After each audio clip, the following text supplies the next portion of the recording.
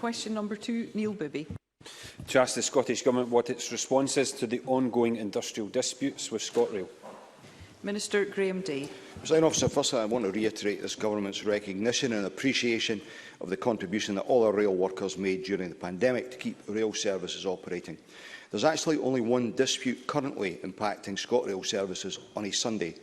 As part of agreed working conditions, all rail staff who work on a Sunday receive an enhanced payment. The current dispute concerns enhanced payments for working rest days.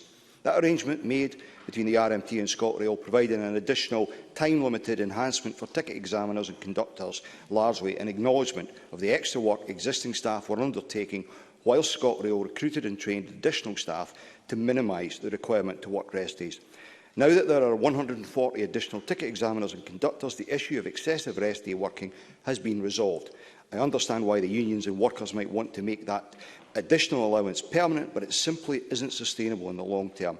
I know that one group of RMT members has now voted in support of extending the current industrial action, but I would encourage settlement of this dispute.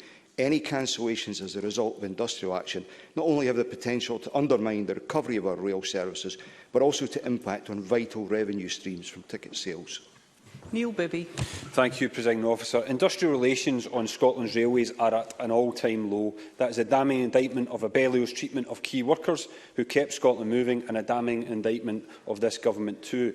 They are leading Scotland into COP26 with growing unrest on the railways and the prospect of strikes bringing Glasgow to a halt. It is a national humiliation and a failure of leadership from this government. The Minister must get a grip, and get a grip now. Why has he not intervened to ensure a satisfactory resolution to 6 months of RMT action and overtime bans?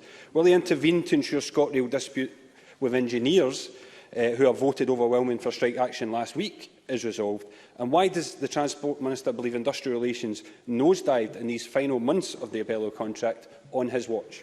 Minister.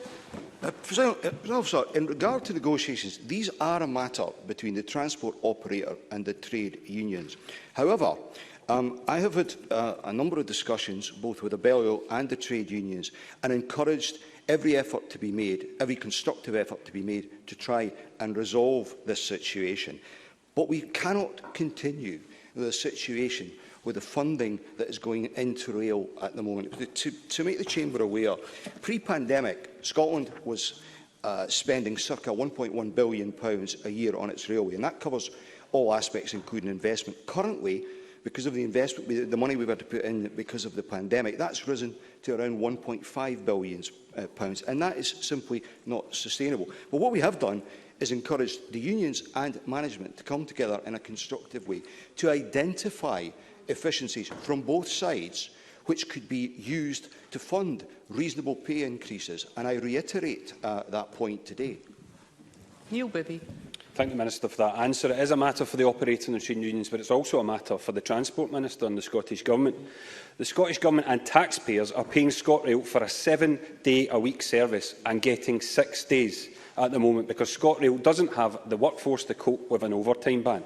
Workers' terms and conditions are under attack, jobs and services are being cut, ScotRail won't rule out compulsory redundancies, key workers aren't getting the fair deal they deserve, and neither are passengers who can't even get replacement bus services on a Sunday. Abellio is making a mockery of this government's commitment to fair work, as are 5 SNP MSPs who have done nothing to resolve this dispute and who shamefully blame disruption on Scottish workers exercising their rights instead of ScotRail's intransigence.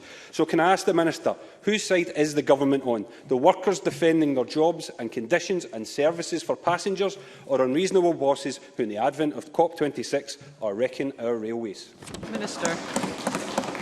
Presiding Officer, this government is on the side of delivering a sustainable rail service for the future and protecting the jobs of the employees.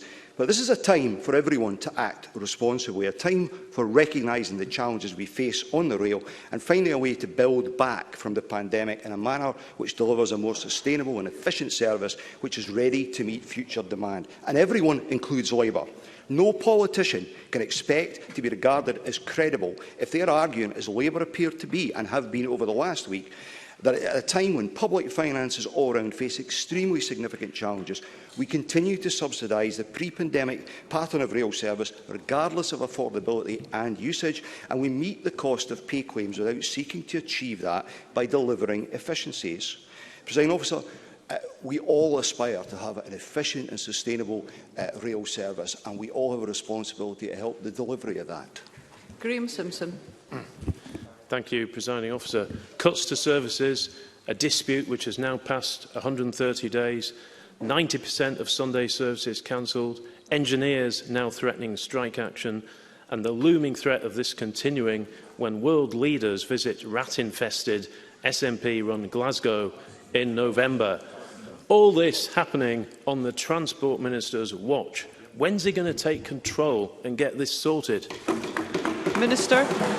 Presiding Officer, a typically pejorative contribution from Mr Simpson. Let me share with the Chamber that behind all of the rhetoric that is going on around this dispute, and I agree that the unacceptable nature of no Sunday service for passengers, but behind the rhetoric there are moves behind the scenes to try and resolve some of these disputes. There is a meeting taking place today with one trade union in Abellio, and I know there's another one planned for later in this week. So every effort is being made within the constraints I've highlighted to bring this to a conclusion. Mark Ruskell. It does appear that we're now in a perfect storm with COP26 disputes, timetable changes that are rocking the confidence of workers and the travelling public. But next year, ScotRail will pass into public sector ownership. So can I ask the Minister, what kind of best practice from the public sector in terms of industrial relations, fair work, patient negotiation and consultation can be brought to the new franchise?